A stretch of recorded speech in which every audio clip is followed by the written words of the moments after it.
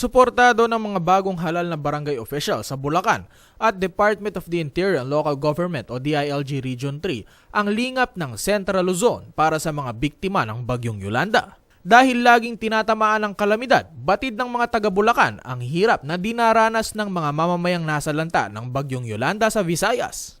Tiwala si Edita Reyes, Barangay Captain-elect ng Basuit, San Ildefonso, Bulacan, na makakarating ang mga donasyon ng mga taga-Central Luzon sa mga nasalanta ng bagyo sa Visayas sa pamamagitan ng CLTV 36 at ng Pampanga Chamber of Commerce and Industry Incorporated o PAMCHAM.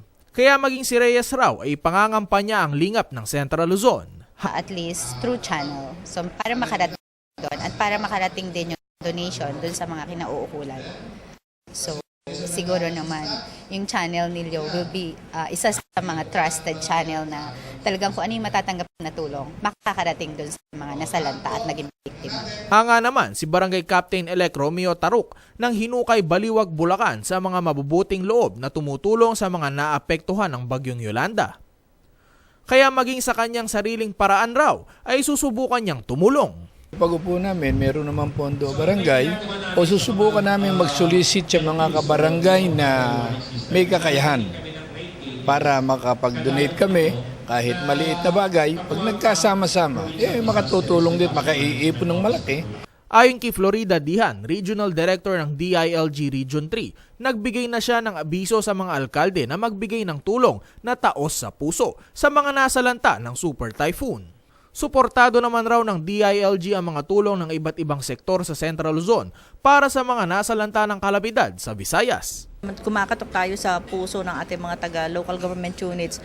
Kung kaya nila, maglikom sila ng mga goods, kahit anong pansuporta, financial man, goods at pagkain, lahat na pwede nilang itulong sa ating mga kapatid na nasalanta ng Bagyong Yolanda. Tulong gusto kasi nating ipakita na ang pagtulong sa kapwa hindi monopolya ng local government units, hindi monopolya ng taga-gobyerno, kundi lahat may tao sa puso ang pagtulong, lalo pa ang isang pribadong ahensya o business sector na katulad ninyo. Nakakatuwa na makakita tayo na ang balikatan para sa lahat ito. Para sa mga gustong tumulong, maaari pong tumawag sa mga numerong makikita sa inyong TV screens. Ako po si Joshua Lansangan, alerto, alisto sa pagbabalita.